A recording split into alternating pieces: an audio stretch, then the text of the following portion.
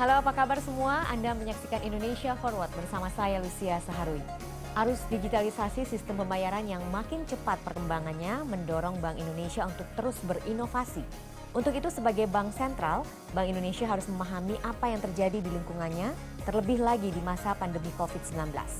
Sebagai komitmen Bank Sentral dalam melakukan digitalisasi sistem pembayaran yang dapat digunakan masyarakat dan industri pembayaran, BI meluncurkan sistem pembayaran bernama BI Fast pada 21 Desember 2021. Dengan demikian, digitalisasi sistem pembayaran ini diharapkan bisa menjadi solusi transaksi masa kini dan wujud inovasi untuk negeri. Nah, untuk mengetahui lebih banyak mengenai BI Fast dan keunggulannya, serta dukungan dari perbankan nasional dalam digitalisasi sistem pembayaran, sudah bersama saya, Asisten Gubernur Kepala Departemen Kebijakan Sistem Pembayaran BI, Ibu Filianingsih Hendarta, dan Direktur IT dan Operasi BNI, Bapak YB Haryantono, yang sudah bergabung bersama kami melalui Zoom. Selamat pagi, Bapak YB dan Ibu Fili, apa kabar? Selamat pagi Mbak Lucy, apa kabar? Sehat Sehat. selalu. Iya, sehat-sehat semuanya ya Pak Pagi Mbak YB. Lucy, kabarnya baik-baik, terima kasih. Ya, kita memang bersyukur ya Pak YB karena kesehatan menjadi salah satu yang langka di saat pandemi COVID-19 ini. Dan memang pandemi ini juga membuat banyak sekali perubahan dalam pola pikir dan pola hidup masyarakat. Salah satunya terkait dengan transaksi perbankan, di mana masyarakat kemudian menjadi cenderung untuk memilih bertransaksi lewat gadget atau internet. Nah, untuk itu Ibu Fili, apa saja program BI dalam mendukung digitalisasi sistem pembayaran? Ya, benar sekali Mbak Lucy ya, bahwa kita tahu bahwa digitalisasi itu sudah merupakan satu keniscayaan ya. Jadi dan Bank Indonesia juga akan hadir memastikan adanya keseimbangan antara inovasi yang dihadirkan oleh digitalisasi dan juga potensi risiko yang mengikuti inovasi-inovasi tersebut ya. Nah, kita juga tahu fenomena COVID-19 ini dan juga percepatan digitalisasi yang sedang berlangsung saat ini memang mendorong munculnya berbagai pemain baru, ya, pemain non bank. Ya. Nah, ini juga mereka menawarkan berbagai inovasi digital dan juga kemudahan bagi konsumen. Ya, mulai dari front end kalau kita lihat itu mobile apps yang sangat luar biasa, online apps dan lain-lain. Tetapi kita tahu juga bahwa digitalisasi ini juga selain memberikan potensi dan manfaat yang luar biasa, tetapi juga ada risiko yang harus kita cermati ya. Nah, memasuki era digital ini kita lihat paling tidak itu ada 3 tantangan yang sedang dihadapi oleh sistem pembayaran nasional ya. Yang pertama adalah kita lihat sekarang adanya pergeseran perilaku masyarakat ke pola konsumsi yang tadinya tidak pernah belanja online sekarang sudah mulai banyak sekali. Pak YB itu juga sudah mulai belanja online gitu kalau dulu-dulunya belum belanja ya. Saya Dengan juga Bu. tuntutan Mbak Lucy juga kan, saya juga termasuk. Nah, dengan tuntutan pembayaran mobile yang lebih cepat dan lebih aman. Nah, hal yang kedua juga adanya perubahan struktur industri. Jadi di industrinya sendiri seperti tadi saya katakan muncul pemain-pemain baru non bank ya, dengan perusahaan dengan penguasaan ekosistem digital yang dia bukan cuma sepotong tetapi end to end ya, terintegrasi secara vertikal maupun secara horizontal. Dan yang ketiga itu adalah data granular. Nah, data granular ini menjadi aset yang sangat berharga ya. Dan kita lihat dalam menghadapi perubahan konteks dan landscape sistem pembayaran nasional, kebijakan Bank Indonesia mau tidak mau harus diarahkan dan fokus utamanya adalah mengakselerasi digitalisasi sistem pembayaran melalui blueprint sistem pembayaran Indonesia 2025. Ya, yang intinya yang pertama kita mendorong akselerasi ekonomi keuangan digital, yang kedua kita juga mendukung percepatan pemulihan ekonomi nasional melalui kebijakan sistem pembayaran non tunai, dan juga yang ketiga kita memperluas elektronifikasi pembayaran. Nah, itu adalah fokus-fokus yang kita lakukan. Nah, utamanya sekarang kebijakan apa, respon apa, 3 besaran respon kebijakan Bank Indonesia di sistem pembayaran Yang pertama adalah kita melakukan pengembangan ekosistem, ya, ekosistem sistem pembayaran yang sehat, kompetitif, dan juga inovatif. Nah, kita lakukan melalui regulasi, reformasi regulasi. Ya, ini merupakan upaya Bank Indonesia tadi bagaimana kita menyeimbangkan inovasi, optimalisasi, tetapi juga adanya risiko yang harus dimitigasi supaya menciptakan sistem pembayaran yang cemumuah, ya, cepat, mudah, murah, aman, dan handal gitu. Dan tentunya juga kita memperhatikan perluasan akses, perlindungan konsumen, praktek bisnis yang sehat. Nah, hal yang kedua, respon kebijakan yang kedua itu pembangunan infrastruktur sistem pembayaran. Nah, termasuk di dalamnya yang kita akan bicarakan tentang BI Fast. Nah, bagaimana kita Bank Indonesia bersama-sama dengan industri akan membangun infrastruktur sistem pembayaran yang terintegrasi, interkoneksi, dan interoperabilitas. Ya, tentunya nanti melalui BI Fast, melalui standarisasi, melalui standar Open API, KRIS, dan lain-lain. Dan yang ketiga tentunya praktek pasar yang sehat. Ya, jadi kita melakukan penetapan skema harga yang efisien. Tentunya ini juga tetap membuka ruang inovasi ya bagi teman-teman di industri gitu. Jadi kita akan terus bersinergi dengan teman-teman di industri untuk menjaga stabilitas sistem pembayaran nasional di Indonesia. Mungkin itu yang 3 hal ya. Nah, Bank Indonesia sendiri tadi Ibu sudah sempat singgung sudah meluncurkan BI Fast begitu ya pada Desember 2021.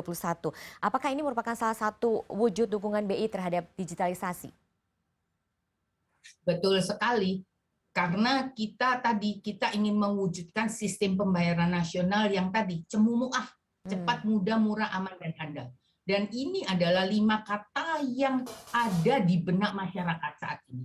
Bagaimana mereka mempunyai banyak pilihan untuk melakukan transaksi digitalisasi secara cepat, mudah, murah, aman, dan handal. Nah, Bank Indonesia meluncurkan BI Fast bersama-sama dengan industri, ini merupakan salah satu wujud dari implementasi blueprint sistem pembayaran Indonesia 2025. Dan ini merupakan jawaban atas tantangan terhadap sistem pembayaran retail di era digital. Ya. Jadi kita mengembangkan transaksi dengan fitur 24 jam 7 hari tidak pernah tidur, ya, settlement secara real time, notifikasi otomatis, proxy address, dan juga ada fraud detection system, juga AML CFT, ya. Nah, ini tentunya memang merupakan wujud dari kebijakan Bank Indonesia. Dan ini merupakan national driven, ya. Jadi ini adalah menciptakan sistem pembayaran yang integrasi, interoperable, dan juga interconnected tadi. Oke, baik. Nah, bagaimana implementasinya di bank-bank peserta sejauh ini? Salah satunya adalah BNI. Pak YB nanti akan jawab, tapi kita akan jeda dulu ya Pak YB dan juga Bu Fili. Kami akan kembali setelah pariwara berikut. Pemirsa, tetaplah bersama kami dalam Indonesia Forward.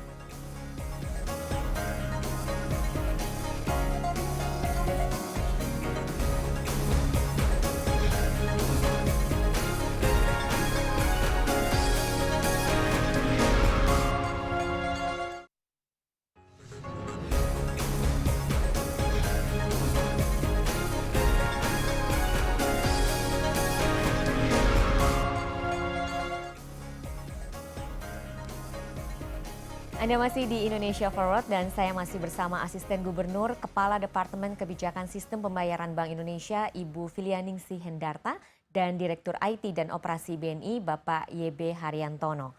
Sekarang kita ke Pak YB ya. Pak YB mungkin bisa menjelaskan sudah sampai di tahap manakah digitalisasi perbankan yang dilakukan oleh BNI, termasuk dalam mendukung berbagai program Bank Indonesia. Ya. Terima kasih, selamat pagi Mbak Lucy. Mungkin kalau kita bicara mengenai digitalisasi di perbankan, sebenarnya kalau kita bicara digitalisasi itu kan salah satu bentuk daripada pengembangan teknologi informasi ya. Jadi kalau kita bicara mengenai penggunaan teknologi informasi di perbankan, sudah pasti ini merupakan proses yang sudah berjalan lama dan setiap tahun selalu meningkat. Jadi perbankan ini sebenarnya institusi yang sudah melakukan investasi pengembangan teknologi informasi yang cukup sejak awal ya. Dan kalau kita bicara puluhan tahun, perbankan ini sudah melakukan investasi CAPEX-nya di sektor teknologi informasi. Kalau kita bicara investasi seberapa dalam, mungkin kita ngelihatnya di dunia ya, global average itu kita ngomongnya ada satu satuan yang kita hitung adalah IT investment to revenue. Ya, standar global itu sekitar 8% angkanya. Jadi investasi TI perbankan itu normal standarnya adalah 8%. Di Indonesia, perbankan Indonesia itu investasinya berkisar sekitar 4%. Ya. Tetapi angka global 8% dengan Indonesia 4% jangan dianggap bahwa Indonesia itu investasinya rendah. Enggak, ini karena tergantung kita ngomong ini adalah angka rasio. IT investment dibandingkan terhadap revenue. Ya. Sedangkan kita tahu bahwa revenue perbankan di Indonesia itu memang secara margin jauh lebih tinggi. Jadi makanya rasionya menjadi lebih kecil. Tapi kalau kita ngomong angka absolutnya tetap tinggi. Ya. Jadi perbankan itu salah satu industri yang sudah sangat intensif menggunakan teknologi informasi dan selalu invest setiap tahunnya. Oke. Seberapa mutakhir sih Pak digitalisasi BNI dibandingkan dengan bank-bank lain? Terlebih lagi kan BNI merupakan bank digital yang telah go global begitu. Ya, jadi kalau ngomong mutakhir ini memang sesuatu yang relatif ya. Kalau kita bicara seperti ini, tadi udah disampaikan oleh Bu Fili, bentuk transformasi digital yang dijalankan bank itu seperti apa? Ada bank yang melakukan transformasi digital banknya sendiri ditransform, ada juga bank yang membentuk bank digital secara terpisah dan melakukan digitalisasi di bank yang baru bentukannya. Ya. Nah, ya, BNI mengambil approach dua-duanya. Ya. BNI melakukan transformasi digital di BNI-nya sendiri, ya, di existing banknya kita lakukan transformasi digital, dan kita juga membentuk digital baru. Ya. Kenapa kita lakukan both ini? Karena kita melihatnya kita adalah industri pelaku bisnis. Kita melihat bahwa kita mempunyai satu segmen yang sangat luar biasa di Indonesia, yaitu segmen UKM. Ya. Segmen UKM ini pelakunya ada 63 juta UKM di Indonesia dan menyerap tenaga kerja 97%. Ya. Dan kalau kita melihat sekarang bank digital yang ada, bank digital itu semuanya lebih banyak ke consumer, umumnya seperti itu. Jadi kita melihat ini ada opportunity dan ada market yang kita harus serve dan kita ingin enable UKM ini dengan kita membentuk bank digital khusus untuk UKM. Ya, jadi segmennya jelas. Kita bicara bank digital untuk UKM. Ini satu sisi. Satu sisinya lagi adalah kita melakukan transformasi digital terhadap bank BNI-nya sendiri. Ya, jadi kita bank ini harus melakukan transformasi digital. Nah, apa itu transformasi digital? Kalau kita melihat transformasi digital kita bagi menjadi 3 area. Ya, 3 area. Yang pertama areanya adalah kita bicara mengenai area internal kita, internal proses di dalam banknya sendiri. Segala proses operasional, segala proses support, apapun proses yang ada di bank harus kita digitalkan. Ya, digitalisasi straight through processing supaya kita semuanya akan digital ready ke semua ekosistem kita. Ya, ini adalah pertama, internal proses. Yang kedua apa? Yang kedua adalah kita bicara mengenai customer platform kita. Ya, kalau kita dulu ngomong channel, ada perkembangan channel dari ATM, internet banking, mobile banking, kita ngomong sekarang channel digital customer kita itu apa proposition kita. Kita kembangkan channel digital. Nah, di kita saat ini BNI yang fokusnya channel digital ada 3 area. Ya. Satu adalah untuk channel untuk customer kita yang consumer segment. Kita kembangkan mobile banking kita. Mobile banking kita berikan layanan-layanan situ semuanya serba digital. Mulai dari proses onboarding-nya, transaksinya, sampai dengan maintenance rekening-rekening pun itu bisa dilakukan secara digital. Itu kita kembangkan melalui M-banking kita. Ini untuk segmen consumer. Segmen business banking di mana? Segmen business banking kita itu banyak handle yang namanya cash management, supply chain. Kita punya BNI Direct namanya. Channel untuk business banking, commercial customer, corporate customer ada BNI Direct. Jadi semua kebutuhan transaksi dari institusi-institusi pebisnis yang ada kita layani dengan BNI Direct. Dan yang ketiga, kita punya channel khusus nih yang juga merupakan unggulan kita yang baru kita launching di tahun 2021 kemarin, yaitu Expora. Ya. Expora ini apa? Expora ini sebenarnya terdiri dari singkatan ekspor dan diaspora. Ya. Jadi unik nih proposisinya, ekspor diaspora. Jadi kita menyasar 2 segmen di situ untuk UKM-UKM yang berbasis ekspor. Kita onboarding di Expora.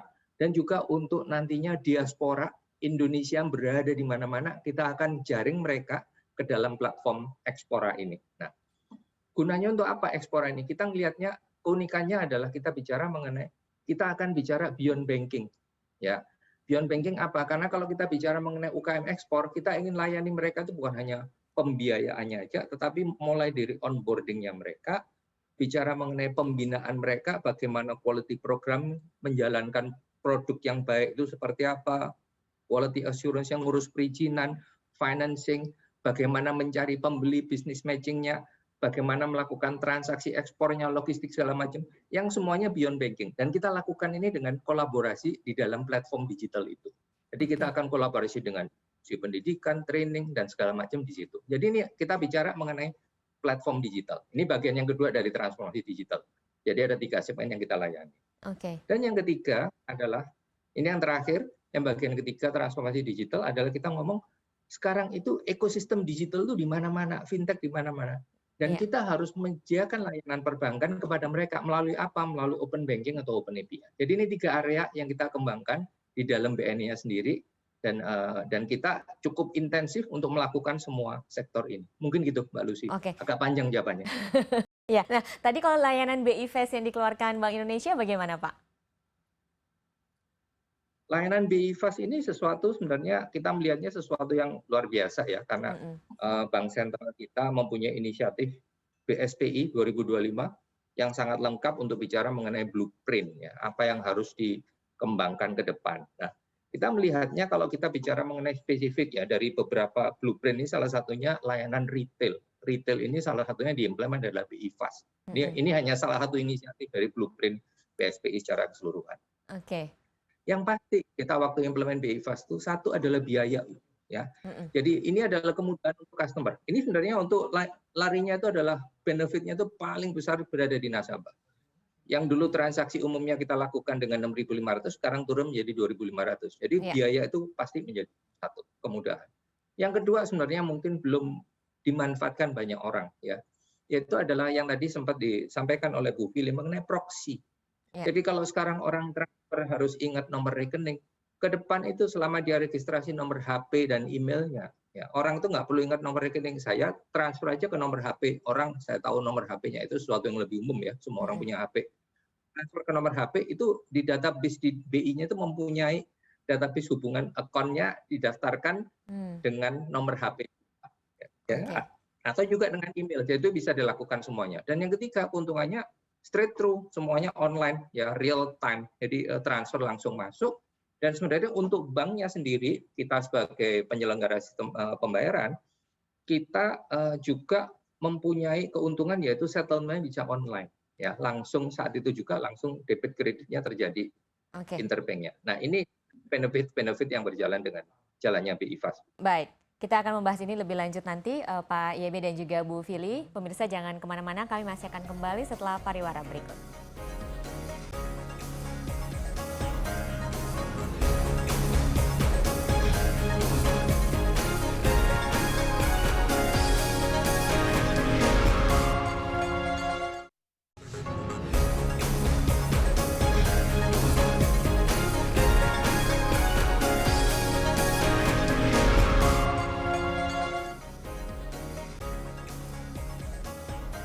Terima kasih Anda masih bersama kami di Indonesia Forward dan saya masih bersama Ibu Filiang Ningsih Hendarta, Asisten Gubernur Kepala Departemen Kebijakan Sistem Pembayaran Bank Indonesia, dan Bapak YB Haryantono, Direktur IT dan Operasi BNI. Bu Fili, apa target Bank Indonesia dengan peluncuran BI Fast dan bagaimana rencana ke depan BI dalam pengembangan sistem pembayaran BI Fast ini? Ya tadi sudah disebutkan Pak YB ya, bahwa BI Fast ini lebih banyak keuntungannya untuk masyarakat luas. Ya, jadi dia ini hadir sebagai salah satu alternatif bagi masyarakat untuk pembayaran yang real time. Jadi sekarang masyarakat semakin banyak pilihannya, ya mau pakai RTGS, mau pakai SKNBI, mau pakai online payment, mau pakai BI Fast gitu ya. Nah ini kita menyediakan pembayaran retail secara 24 jam 7 hari ya, dimanapun kapanpun bisa dilakukan ya. Dan ini kami harapkan sebagai game changer ya, BI Fast ini sebagai game changer untuk mendorong tadi ekosistem transaksi digital ya. Nah kita lihat di tahun 2022 menurut perhitungan kami perkirakan pada saat bank sudah melakukan, bank peserta sudah full ya mengimplementasikan di semua kanal dia, maka transaksi itu kami perkirakan bisa mencapai sekitar 811 juta transaksi. Atau kalau kita lihat batas maksimum transaksinya untuk BI Fast kan 250 juta ya. Tetapi kebanyakan transaksi dilakukan di bawah 10 juta. Nah, anggap aja kalau transaksi itu tiket size-nya itu 1 jutaan, maka akan ada transaksi sebesar 811 triliun dalam tahun 2022 ini. Dan ini kapasitas masih di bawah masih 50% ya dari kapasitas dari BI Fast itu sendiri. Nah, saat ini memang kita baru melayani untuk transfer kredit. Tetapi ke depan BI Fast ini akan secara bertahap dikembangkan. Jadi bukan hanya transfer kredit tetapi juga transfer debit, bulk credit, request for payment, dan juga kemungkinan nanti bisa juga kalau misalnya mau dikembangkan untuk uang elektronik, untuk kris, dan utamanya lagi untuk cross border. Karena saat ini yang terjadi adalah ini fast payment, BI Fast ini merupakan fast payment, dan ini terjadi dan dilakukan oleh hampir semua bank sentral di dunia. Nah, artinya ini merupakan alat bagi bank sentral untuk saling bekerja sama kalau nantinya melakukan cross border payment ya. Jadi transaksi transfer antar negara bisa dilakukan seketika 24 jam 7 hari seketika dengan biaya yang murah. Nah, ini alatnya adalah BI Fast. Nah, sama halnya dengan bank-bank sentral yang lain, mereka juga punya fast payment gitu. Saat Mungkin ini kan itu. saat ini kan sudah ada 43 peserta begitu ya Bu yang bergabung menjadi pesertanya BI Fast. Nah, targetnya seberapa banyak Bu? Ya, jadi kembali lagi tadi kita katakan bahwa ini dilakukan secara bertahap ya, tidak big bang gitu, tetapi tergantung dari kesediaan bank. Nah, saat ini kami sedang mempersiapkan untuk batch ketiga. Jadi artinya BI akan terus membuka gelombang-gelombang berikutnya untuk bank yang sudah siap. Tetapi dari 43 peserta pertama dan kedua ini, mereka sudah mewakili 81% dari pangsa sistem pembayaran retail nasional. Ya, tetapi kita akan terus membuka siapa bank yang sudah siap dan mereka bekerja sama seperti tadi Pak YP katakan, ini ada biaya, jadi mereka boleh pilih mau infrastruktur tersendiri atau mau bergabung dengan temannya atau rame-rame. Terserah sesuai dengan kesiapan dari bank-bank. Toh mereka saat ini pun untuk transaksi retail masih bisa dilayani oleh SKMBI. Tetapi tentunya ke depan akan perlu tuntutan untuk memenuhi tuntutan dari nasabahnya yang layanan 24/7 yang cepat itu. Pak YB, bagaimana bentuk dukungan BNI terhadap program BI Fast ini? Kalau dukungannya kita kalau ada angka di atas 100% ya kita ngomong di atas 100% ya. Cuman jadi kita udah pasti mendukung. Jadi kalau kita bicara BNI kita berada di batch 1. Jadi tadi Bu Fili menyatakan BI Fast implementasinya ada 3 tahap. Yang 3 tahap fase 1, 2, 3 ikut batch 1 ya. Jadi saat deadline diberikan kita juga fulfill deadline-nya pada hari launching, kita launching layanannya dan kita pilih channel yang paling intensif dipakai yaitu mobile banking. Ya, jadi Bu Fili sering banget waktu implementasi awal teleponin nguber sampai di mana nih ya, siapannya. Jadi kita kejar semuanya full effort untuk benar-benar launching di hari launching di akhir tahun kemarin. Ya, kita lakukan itu ya. Kemudian channelnya kita buka untuk mobile banking karena ini channel yang paling intensif saat ini, channel digital kita. Dan memang belum semuanya ya, kita akan teruskan juga channel kita untuk cash management ya, kita akan launching nanti di akhir Maret ini dan juga layanan di cabang-cabang ya. Jadi kita akan buka ke semua channel yang membutuhkan mekanisme transfer ya. Jadi semua layanan akan retail kita akan masukkan ke channel-channel ini. Itu jadi kalau bentuk dukungannya kita pasti full support ya. Jadi kita jalankan, kita buka ke semua channel dan manfaatnya udah pasti tadi yang disampaikan. Nasabah pasti akan diuntungkan dengan adanya BI Fast ini ya. Walaupun kita kalau bicara komitmen BI Fast ini bank-bank komersial kita invest loh ya. Jadi itu kan sempat perdebatan awal dengan Bu Fili ini karena kita implementasi BI Fast itu bank-bank investasi lagi. Jadi kita invest untuk terhubung dengan layanan BI Fast dan juga jangan salah dengan adanya BI Fast customer diuntungkan kan. On the cost of siapa? Income bank turun ya, karena fee based income itu turun ya.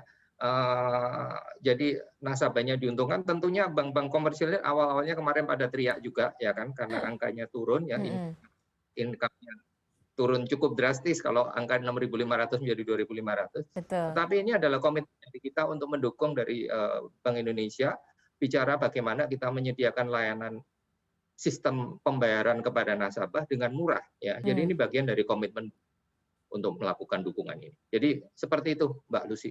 Oke, jadi kedepannya layanannya akan lebih besar lagi, tidak terbatas hanya pada mobile banking begitu ya Pak YB ya?